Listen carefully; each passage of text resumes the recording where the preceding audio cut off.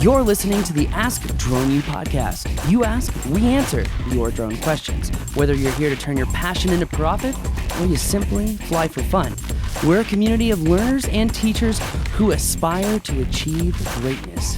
We are Drone U. Hey everyone, welcome to another awesome episode of Ask Drone U.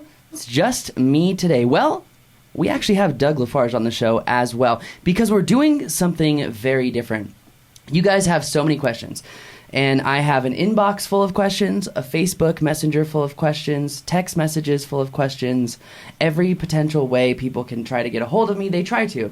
And there are just so many questions out there. We thought, why not take all of those questions and have Doug come on the show. Doug Lafarge is one of the other instructors at Drone U. You'll be seeing one of his classes come out soon, which is how to operate under Part 107 and also the details and analysis on mapping in construction sites, agriculture, and just general mapping as a whole. He is a true professional and owns his own business out of Boulder, Colorado. Doug, welcome to the show, my friend. Thanks, Paul. Thanks. Glad to be here. It's going to be a fun one. I'm kind of nervous. I'm kind of excited. It's an Ask Me Anything, but I'm glad that you're asking, not other people. So go, let's hit it. What do you got for me? Well, I've got a couple questions coming up from the community, which I thought was great. We put it out there, but let's just dig right in. I thought a good place to start was getting you to tell us a little bit about your history. So first question is, when did you first start flying drones? I first started flying drones. Well, it depends, I guess, how you define a drone. If we're talking like a quadcopter, I would say 2012. Okay. If we're talking like remote control helicopters and stuff, 2010. Oh, nice. Because I lived in Prague for a year and studied abroad, and we didn't have TV. So for me, that was like, what am I going to do? I need to fill my extra time with something. So my friends, the Moody's out of California, we went and walked around Prague and found this little market. And it's got actually probably a very derogatory name for the market, but it's this little market in the back of Prague, and they sell all these little electronics, and they had these gyroscoped little helicopters. And when we were bored, Chris and Matt Moody and myself, we would try to fly the helicopters over the street to the little theater in Prague and land them on the top of the theater and then fly it back to our apartment building. And that's how I got into flying little helicopters. But really in 2012, a client asked me, hey, I know you're doing some video for us. I know you're doing some social media marketing for us, and we really want to get an aerial photo of the building. And it was just like, what? How do I do that? So really sparked something. And then I went to a university in Arizona, and I became a part of Drone U really because of my experience at that university. None of the guys at that university actually flew for a living. None of them had real world experience. They were all either selling drones out of a store, or they were military guys who really had no clue how to fly a quadcopter and get really smooth footage. So for me, I was on this I just wanted to be the best. I wanted to be just so deeply immersed in this community. And it started really in 2013, and here we are three and a half years later, and it's really taken off. So it was from a client who said, hey, I want an aerial photo, and I'm still friends with that client to this day.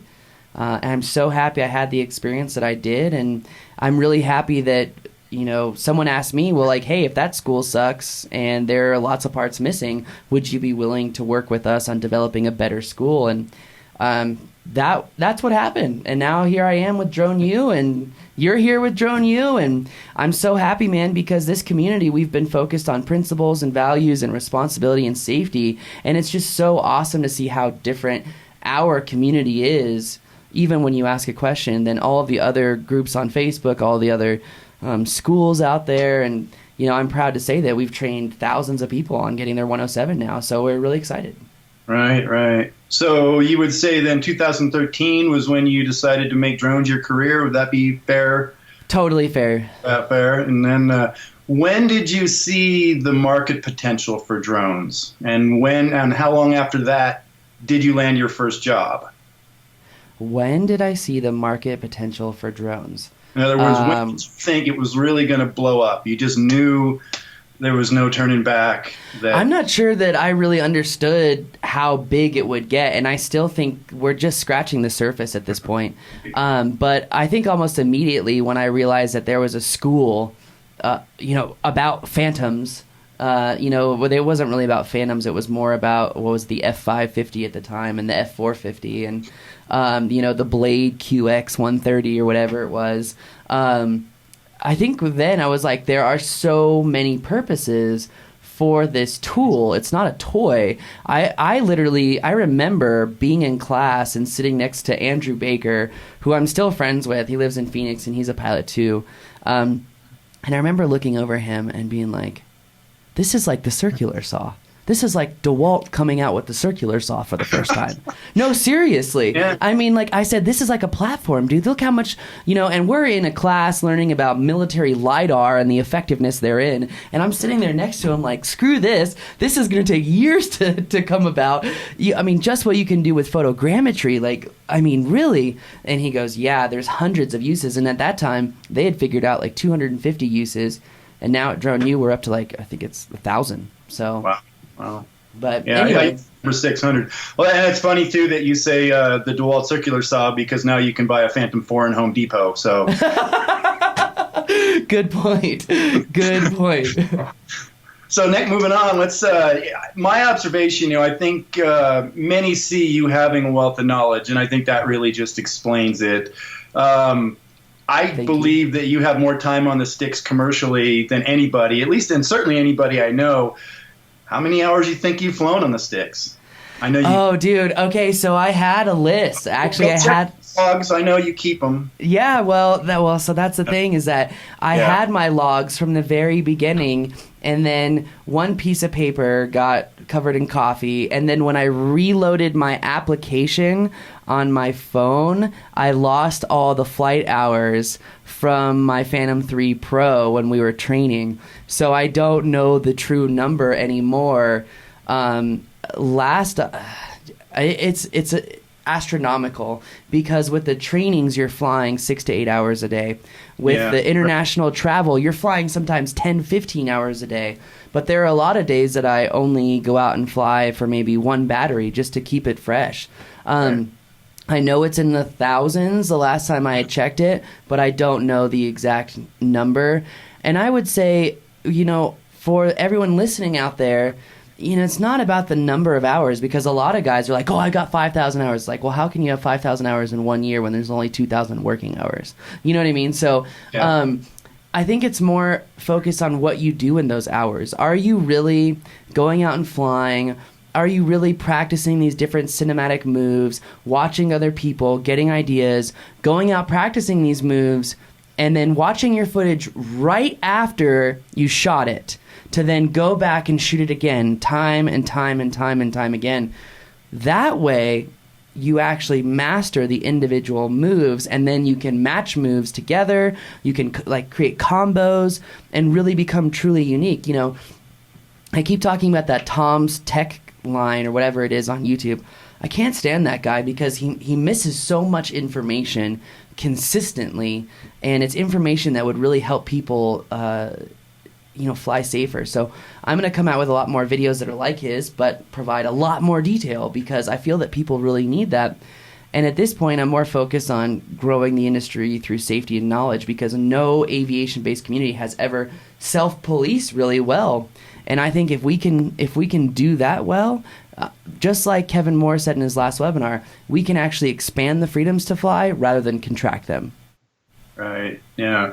Yeah. I don't, I wasn't trying to pin you down on the hours. I think it's interesting, and I'm sure the community finds it interesting that you fly sometimes 15 hours a day. That's a lot. Yeah, and you ruin batteries too, trust me. Get out of bed and fly and go to bed and repeat ad nauseum. Oh, that's good. Oh, dude, during the World Series of Surfing, we were up at 5:30 at the site at 6, flying at 6:30 live for the live stream. And then landing, taking off, landing, taking off, landing, taking off until the sun went down, which was like 8:30. So, I mean, you're literally all day long, and that was a 3-day event, and it was just day after day after day. And when you're doing weddings for, you know, Disney Cruise Lines and stuff, oh man, sometimes it's 5 a.m. to 11 p.m. and you're just like, oh, I just want to go home. So anyway, yeah, it could be long days. Right. Well, let's move a little bit into the industry itself. You know, you've seen the industry grow, and you've seen the technology grow and change. I know you've not always been flying DJI, but you pretty much are flying it exclusively now, right? That is correct. Yeah, and you've got some stuff going on with them. I know about that. But in your view, how are they defining or redefining the market at this point? Because they certainly seem like they've changed a lot in just, say, 2 years. They have changed a lot in 2 years, and I think what they're trying to do is attract more and more people who are afraid to fly. You know, like the guys who, I would say, it's funny. One time we went to Best Buy and we just hung out in the camera department and watched people as they went through to count how many people looked at the drone versus how many people bought the drone. And actually I did this in Boulder with what's-his-face, our old producer. And 10 people went by and 2 bought. And this was in the course of like 10 minutes. So, I mean, so you're... 8 people, 80% are not buying. Well, why aren't they buying? They're human beings. People normally, I hate to say this, but people normally don't act logical or rational. It's emotional. So, you know, with people who are afraid to fly, I think that DJI is trying to attract those people and say, look, here's a super small drone that's got the full capabilities of a big one, and you can take it anywhere. And people are naturally want to share their experiences with the world. So you're hitting now all the traveling groups, the traveling families, people who really just want to have, they're always after that better, higher perspective of showing off their family. And I think that's what they're trying to do. Why do I think DJI is the leader? And I think it's because they have more engineers than Los Alamos National Labs. That's the group that heads up our nuclear program, our weapons programs, our security programs. Like, they develop those things, and DJI has more engineers than they do, which is pretty significant, and no other drone company has anywhere near the number. The number is like 1,500 engineers. Wow. So that's a huge ramp up. I guess my question was really, next question was going to be like, did you see them coming? But I mean, I think you did, but when did you? And give it a little history on just how they ramped up into 1,500 engineers, if you know anything about that. That's as far as their product line goes, I mean, if you remember, a lot of people were I guess, I could say that. A lot of people were bitching about the Phantom 1, if you remember. Like, the camera wasn't stabilized. Right. Then we got the Phantom 2, and a lot of people were like, well, DJI's service just sucks. And 3DR said, well, we can do service really well. We can create a similar product that moves faster, that has autonomous features. Remember, the Phantom 2 had no autonomous features. Yeah. You know, you could do some Bluetooth waypoint stuff if you had the BTU unit built into. Yeah, I know you remember what I'm talking about. You only got like 10 or 15 waypoints or something. Exactly, yeah. It was not even worth the upgrade. And then 3DR came out and said, we're going to do autonomous stuff. We're going to do the drone shot. We're going to do the orbit. We're going to do we're going to do this. We're going to do that. We're going to come out with the Solo and have the best stabilized, fastest camera platform system out there. And I think the time that DJI took over the entire market was last summer. Yeah, June of last summer, so June 2015, when the Solo fumbled the rollout on manufacturing. Because we learned a couple things there. 3DR couldn't figure out manufacturing. DJI figured it out. Yeah. Unique has manufacturing down very well, but they don't have the presence or the brand recognition that DJI has. I think DJI became the leader in 15 when they changed over their service department, when they became much better about service, when they added all the features. And I really look up to them because they're a lot like Apple in the sense that they don't try to become the first product to come out. They try to have the best product to come out. Right. When everybody's comparing your product or their product to yours, you know you've made it. And I think that DJI and both Apple have that kind of going for them.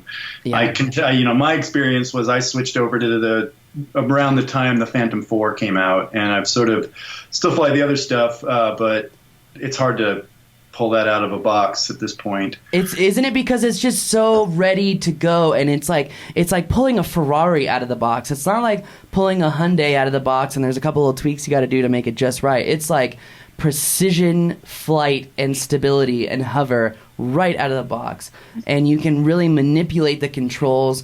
And they've pulled a Toyota. They've created a reliable system, and if I remember, I'm pretty sure, didn't I let you fly the Phantom 4 when we first got it from DJI? You just showed it to me. Oh, okay. All right. Sorry. You tried to slam it into the side of the house and it wouldn't go, so.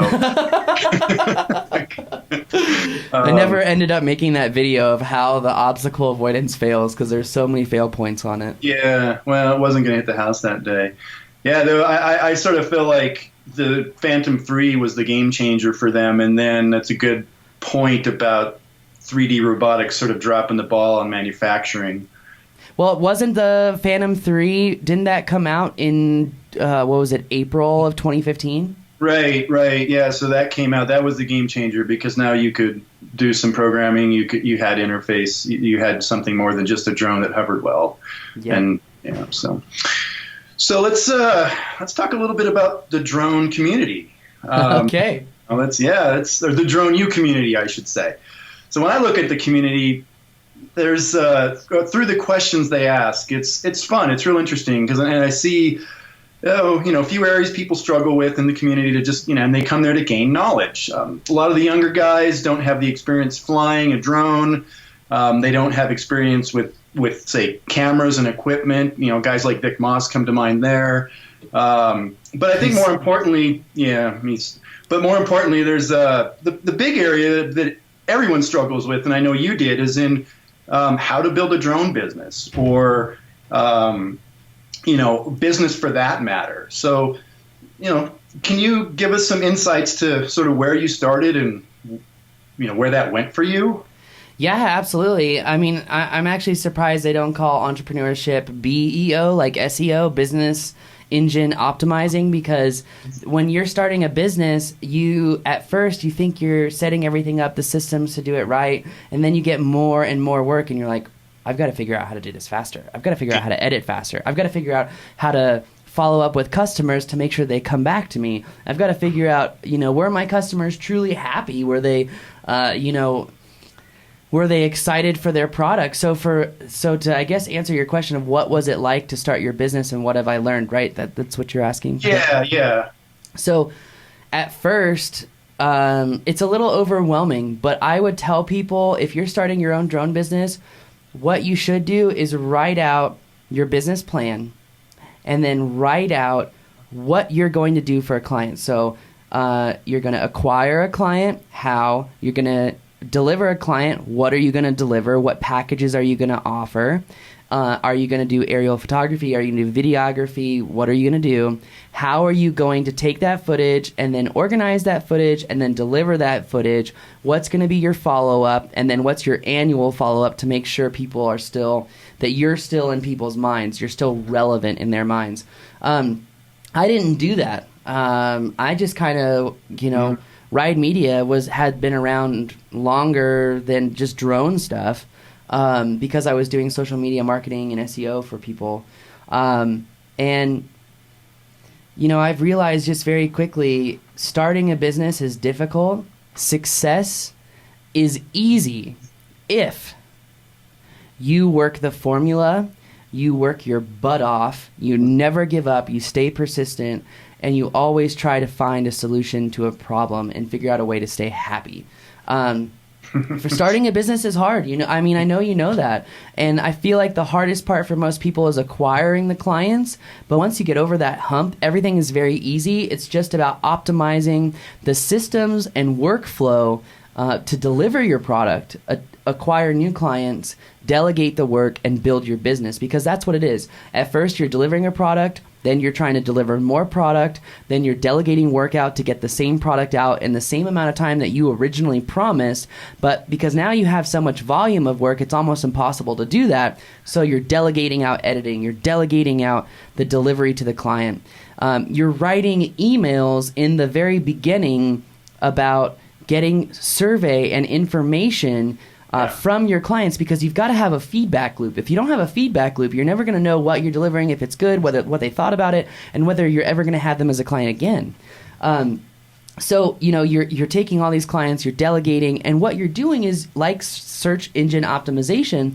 When you test ads and you run them to different ad groups and demographics and whatnot, you're optimizing. And that's what you end up doing to your business, is you optimize the systems and workflows to become the most efficient possible. Why? Because you want your expenses to be low, your margins to be high. You want to ensure that you're creating consistent profits. I would say one of the biggest struggles and difficulties for me starting out was I never saved my money in the summer. And this is a very cyclical business. And I know you know that because there's 6 inches of snow outside of your house right now. Yep. So for me, and I think it was 2 jobs tomorrow, so that's going to be fun. For me, I think it was month 14 or 15, and I literally had like $100 in my account, and I was like, oh, there's no jobs to do. There was no drone base at the time. There was no like all of that. What was I going to do? I ended up pulling through. I got a couple last minute jobs. But one thing I've learned is save your money. Save. So it's so important. And you've got to be thinking months ahead too. Like, what am I going to do in the fall? What am I going to do in the winter? What am I going to do in the spring? And then summer, we all know what happens in the summertime. So.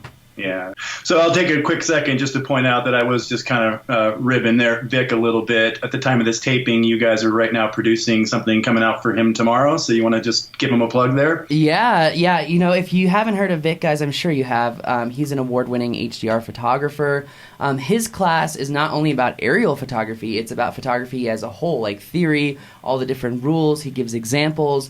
It's actually, what is it, Ilker? Is it a 2-hour long class or 2.5-hour long class? Just about, yep. 2-hour class. Wow. And it's probably the most thorough information on the internet about photography, how to shoot with your drone, how to edit with your drone, how to edit with different softwares. I mean, he goes through it all. I mean, it is so comprehensive. I'm not going to lie. I'm like, I got to make sure I go through this class, because if other people watch this, I could get one-upped rather quickly. So anyway, I'm really looking forward to going through it myself. And it should be out in the community tomorrow. This podcast will air Monday, so it should already be out. But that being said, if you are a member, the class is free. That's right. If you're a Drone member, all the classes are free. If you're not a Drone member, sign up to be a member. It's $47 a month, and you will get those classes. So that sounds like it's worth it right there alone. I've been a photographer for 30 years, and I asked Vic many questions along the way. He's our resident expert. So he really is, and he knows I was ribbing him. So. Well, I will say, though, just you brought up a good point that for the money, it's a really good deal. We are going to be raising our prices in 2017. So if you've been thinking about becoming a member, or you're just kind of like you're like, what do I do? Should I do it or not? The price is $47 now until January, where it's going to go up to $97 a month. So I highly recommend anyone who's thinking about join now. Current members are grandfathered in at the regular price, or how are you doing that? That is correct. Yep. Yeah, that's a good one to put out there. Thanks, Doug. Well, hey, sign up now. Don't wait till January. And so, moving over to a question from the group. Let's see. Let me actually see if I can find it. So Paul Semino had a question, and he said, what is the worst entrepreneurial decision you have made in your drone business? Give us the details, what you learned, and what you would do different now. You said this was the worst? The worst entrepreneurial decision. Doesn't I've had a few of those. Worse, but come up, you see where he's going with it. I think it's a great question to look at, because it's this idea that, well, we talked about just yesterday, this idea of looking at yourself and trying to like have that introspective and figuring out like what you did wrong to change it and move on. That's correct. I mean, that's what Freakonomics says, is that the most successful people are able to be exploratory. They're able to be introspective, like you say, and say, what am I doing? Is this really working? It's just like people who have high emotional intelligence, right? They sit there and when someone says something that pisses them off, they're like, how am I feeling? How should I be feeling? What's the right way to feel?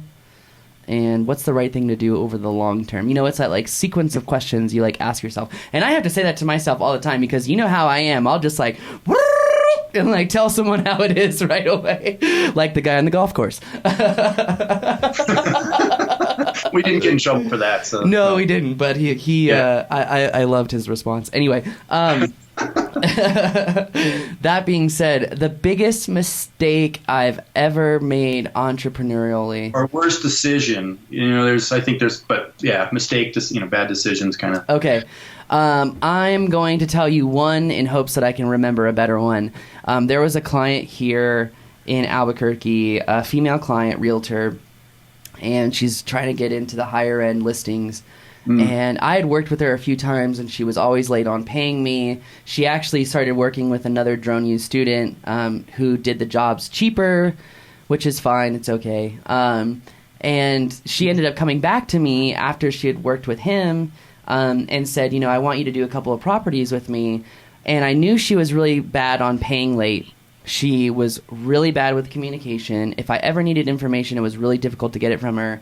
But when she wanted something done, she would blow your phone up, like 8, 9, 10 calls in a minute to just try to get you. And this was right around the time that I was asking Sarah to marry me, and I had a project that was due, and I delivered it, and she like wanted one little title changed or something, and it's like 3 hours before I'm about to ask Sarah to marry me, and I'm like, lady, like I told you we were getting this done last week so I could have this day free, and here I am sitting down at my computer working on your stuff, and this is not what we agreed to. Like I told you 1 revision, we're on 5 now. And I just finally told her, I was like, you know what? I'm not working for you anymore. I have no intention of working for you ever again. And frankly, don't call me. Don't even think about me. I don't want to work for you ever again. And I think the biggest mistake was that in the beginning of that story, I knew already that she was a late payer. I knew already that she was hard to work for. I knew already that she was going to be difficult to work with, and yet I took on the job anyway, and it ended up being a massive, massive problem. Biggest mistake, though, that Well, let me ask you there real quick before you move on. So you feel like the mistake was you let her continue to ask and you continue to deliver? Or another way to say it, do you feel like it was not a mistake to tell her just to go somewhere else and you're never going to work with her? No, I think the mistake was taking on, at this time it was like the 4th job, taking on this 4th job for her right before my engagement, and it was just a total mistake. I said in my other podcast, my top mistakes, I think it comes out this week, and one was losing an SD card, breaking it, and then having to go drive 2.5 hours to a celebrity's home who was an absolute a-ho anyway, and having to reshooting that, and I lost probably $2,000 in the cost to reshoot and regather everything.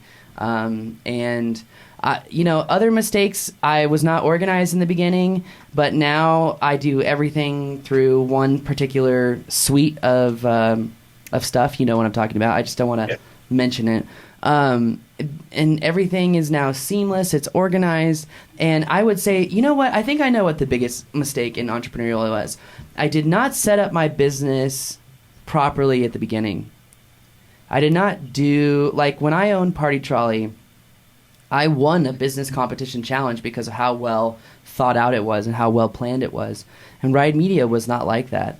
Ride Media was not organized. It was not I did not have my workflows and systems, and we talk about our whiteboard. I can see your whiteboard in the background. I love it.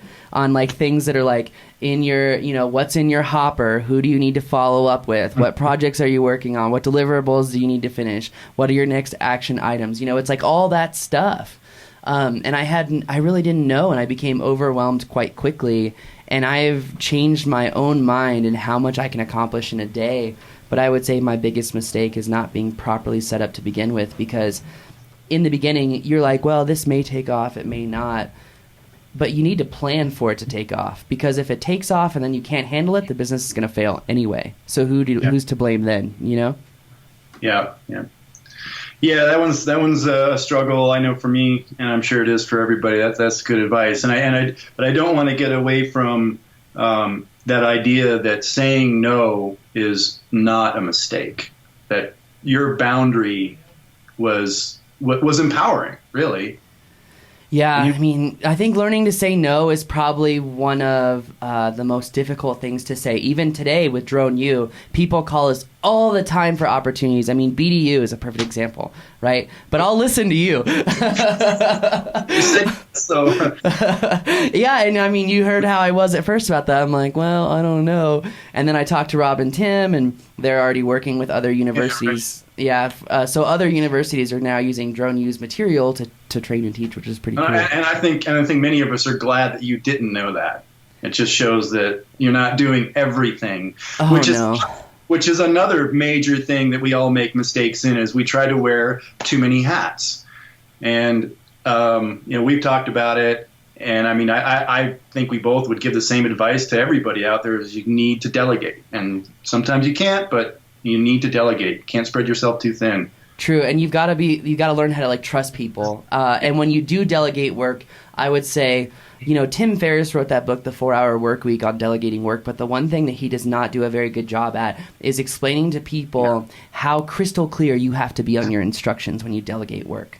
So it's not going to, the whole idea is when you delegate work, if that work were to take you an hour, you save an hour. That's the wrong mentality. If that work were to take you an hour and you delegate it, you save 45 minutes. You know what I mean? So it's not what everyone thinks it is. It's made out to be. There's no perfect website to find contractors to delegate work out to. I mean, I use Fiverr.com all the time, and for example, I just I took over another social media account for one of our businesses. I'm delegating all the work out, and it's expensive, but we're getting 5-10 articles done per day. It took me, I sent out those 10 articles to 5 different people.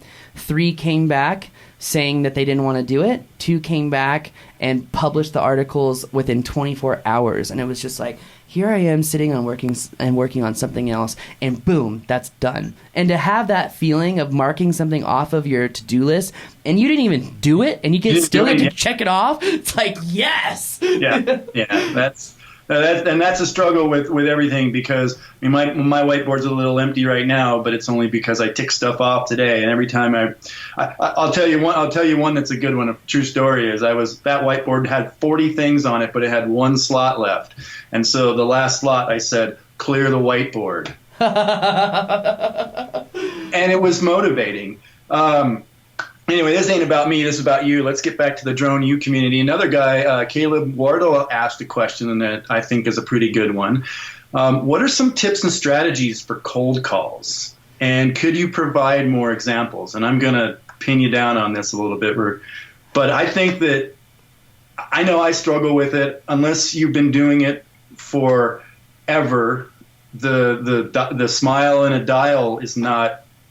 Smile on a Dial is hard, all right? Have you ever seen that movie with, Will Smith, where he's selling the medical machines, and he's cold calling people, and then he realizes that he can make a lot of money with a financial firm, so he's cold calling people, and you can see at the very beginning why he is going to be more successful than everyone else, because he figured out ways to optimize, become more efficient than the other people around him, to take the emotion out of it. But when he was talking to clients, focus entirely on their emotional needs, not their financial needs, their emotional needs. Listen to the way he talked to him. So when it comes to cold calling is difficult for anyone, no matter who it is. But the way that you can break through is twofold. Number one, the only way you're going to overcome any emotion or negative emotion towards doing something is by doing it. I mean, you literally just have to suck it up and, suck in the stomach and call someone and be like, hey, man, how's it going? And, I told you that on my sales team in Prague, when we were doing the pub crawl and some other sales team stuff, if I had people who were nervous, genuinely nervous, about doing cold calls, I would be like, look, man, go grab a beer, sit down, drink the whole beer, wait a little while, start dialing. And here's the other thing, too. So step one is overcoming the emotional fact that you're afraid of rejection. You're afraid of calling someone and being like, no. But no, like you were saying earlier, is just one step faster to a yes. In sales, we know that if we make 10 calls, chances are one is going to say, okay, let's talk. You know what I mean? One. So 1 out of 10. For me, it's like 1 out of 3 right now, because I've got a little bit more experience doing it. But the way that people can take that number down from 1 out of 10 to maybe like 1 out of 5 or 6 is focus on people who would have value to use your service, meaning they would have a high intent to buy your service. We were talking about car dealerships. Perfect example. Car dealerships are looking for legal pilots everywhere. RV dealerships, huge, right? Golf courses, huge. You've got to focus on clients that have a high intent to sell. You also have to understand that the chances of you getting on the phone with the person or getting a yes is probably going to take 3 to 5 phone calls per person. So you have to understand and look at this as a numbers game. It's not an emotional game. Why does someone really care? If you're on the phone with someone and you say, hey, my name is Paul, I'm from Drone U. Oh, Drone U, that sucks.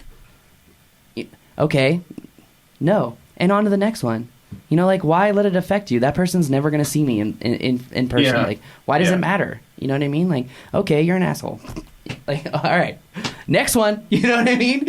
And next one, just maybe take a slightly different approach in the phone call. Maybe it was your approach. If it was, it's that introspective and learning from your mistake.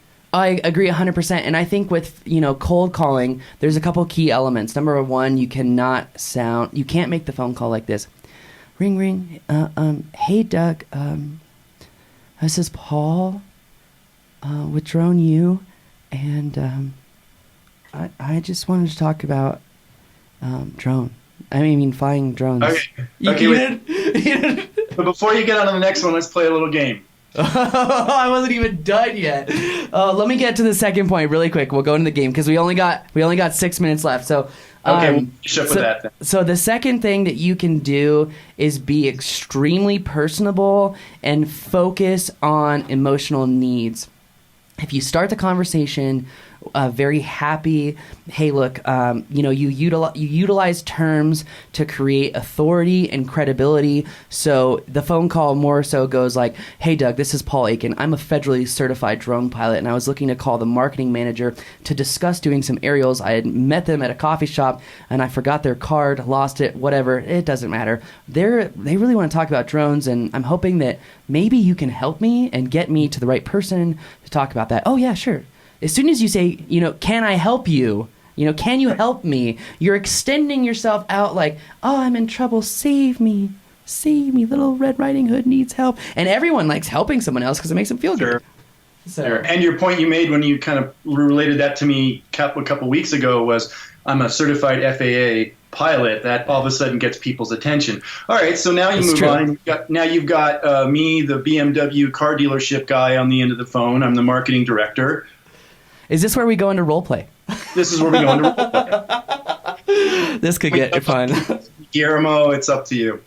All right, Guillermo. Gmo. I got a friend in college named Guillermo. I played lacrosse with. They call it Gmo.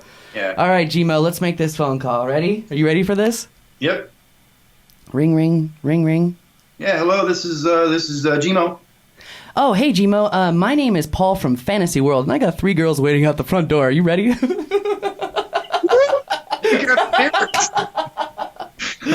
I'm kidding. All right, let's go back to real life. All right. All right, ring, ring. Hey, hello. This is Guillermo. Hey, Guillermo. My name is Paul Aiken. How are you doing today? Doing really good. Good. How about you, Paul? Awesome. Doing very well. Hey, look, I don't want to waste your time. My name, again, Paul. I'm a federally certified drone pilot, and I wanted to see if you had some time now or maybe some time later to discuss potentially adding value and increasing your sales to your current business by just simply providing a higher perspective. Is that something that seems interesting to you, increasing your sales, doing it cheaper? Absolutely, yeah. Awesome. So let me ask you this. What do you got? Next Monday, 2 o'clock or Friday, 10 a.m., what's going to work better for you? We could look at Friday. I think, let me check the schedule. That looks good. I really prefer to meet in the mornings. So if you could do Friday 10 a.m., that's great. Let me just go ahead and tentatively schedule it, and I'll call you the day before, make sure it's good. But what's your email really quick, just so I can make sure that I get you this calendar invite? It's gbro@gmail.com. All right, gbro@gmail.com. I forget what your friend's name was, but Awesome. Well, hey, thank you so much for your time. Like I said, I don't want to waste your time. I don't want to take up a long phone call. Yeah. I will be bringing some equipment with me so we can fly. I'll even let you try it if you'd like to. Have you ever flown a drone before? no. I've been my kid wants one, but I'm not sure. Well, you got to beat the kid to it. I mean, let's do this thing. All right. Friday. Let's plan on it. Awesome. Well, I'm really excited. Thank you so much for your time, Gmo, and I will see you soon. Cool. Yeah, and I think that was good. You know, what we talked about. One of the other things that you added last time, or two things you added. One, that you were going to offer free images from that session, and two, you also slipped in there, hey, do you drink coffee? So, you know, it's little things like that. But that was, I think what you said there is really going to help the group, myself, everybody, just to get an idea of how easy a conversation can be. So, well, you know, it's all about the approach too. Because like you said, you know, last time I offered coffee, but notice I still offered something to him that was an emotional ploy to get him to react to what I was saying, to realize how interested he was. But another tip for people who are doing the cold calls is always try to meet people in the morning, because if you meet them in the morning, they're most likely and more likely willing to work with you. There's been a lot of statistical research on meetings and how thorough people are versus the time of the day that they work and whatnot. We're going to have to wrap this up. But another thing I want to say, if you cannot handle rejection, never pick up the phone. If you want to learn to handle rejection and you want to learn how to be a good pilot, pick up the phone and do it. If you have to understand that people are going to naturally want to object to you or provide objections because people are naturally lazy. It's okay. You know, and some people may disagree with that, but I think that we all, once we get into a routine, we want to make it easier and easier. So call it lazy, call it optimizing, whatever you want to call it. That being said, I think it's so important that you have to know how to handle rejection. I think it's one of the reasons why I won the entrepreneurial challenge. It wasn't because I knew everything. It's because I thought everything through. And I realized, okay, let's have someone play devil's advocate here. Give me some obstacles. What are some questions, right? So I had researched what potential questions they would come up with, what potential rejections, and then I had written out ways to mention what information, how we were going to solve that problem, and alternatives. Interesting. And that being said, it's really important for someone who's making these phone calls to be able to handle rejection. And when someone offers a rejection, the whole idea is that you take that rejection, you say, okay, I understand that, you know, flying a drone in your area may be difficult for obstacles' sake, meaning that there are physical obstacles, power lines and whatnot. But don't you think it's going to be a good idea if we just go out there and do a site survey and then we can tell you if it's safe or not? And let me be honest with you, safety is the highest priority here. I'm never going to jeopardize my license for my business for one single client. So rest assured that if it's not safe, we're not going to do this thing. You know what I mean? Like you have to be ready to handle that rejection. Yeah, so I know we're wrapping up, and you don't have to go too deep into this, but you know, you and I were doing the Freedom Journal. I was going to ask about that, but we'll save that for another time. But in that context, you know, you've developed some tools from that there any other courses or seminars or anything that you've done that have helped you realize sort of just some of what you just said about being able to, when a negative comes your way, how you turn it around or figure out how to respond? I think it helps if people really listen to Tony Robbins' podcast. I'm not sure that there's a good sales university, because most of the stuff that you see online is done by people who actually failed. I think failure is a good thing. But failure is only a good thing, like you said in the beginning, if you learn from your mistakes and correct them. Yeah. If you fail and you do the same thing over and over, that's just insanity. You're not doing anything differently, and you're expecting the same outcome. So, I will say, though, that we are going to be developing a sales class here, thanks to you, Doug. So we are actually going to have a sales class at Drone U on how to sell yourself in your business. I'm not teaching it. I'll be a student. I'll be in the front row with and just what I will do, and we kind of talked about this, is I'm going to try and take because the other comment that we got was your episode 471 was a really good one. It was what you need to know about drone project markets and whatnot, and that came from discussion that we had, and the idea was going to be, we're going to try and take just that same sales pitch to the marketing director and just try to write it out so that we have something in writing we can kind of study. So you've asked me to do that for the group, so you've just added some more material. So between that 471 and what we just did, I think there's more than enough material, so that's good. Awesome. Well, Hey, Doug, thank you so much for coming on here and asking me the hard questions. I know we're going to do this again. So, guys, if you have a question for me or for Doug, just go ahead and go to askdroneu.com, or you can leave a comment on YouTube below with your question, or if you're in the Drone U community on Facebook, you can ask your question anytime right in the Facebook group. There are so many questions, though, that the volume has increased. I'm glad we did this, Doug. And again, thank you so much for coming on the show. Yeah, well, thanks for having me. Oh, no, I appreciate it. Guys, that's going to do it for us today. Stay tuned. Thanks for the reviews. Don't forget to subscribe. And if you have a question, go to askdroneu.com. That's going to do it for us today. My name is Paul, and this is Ask Drone U.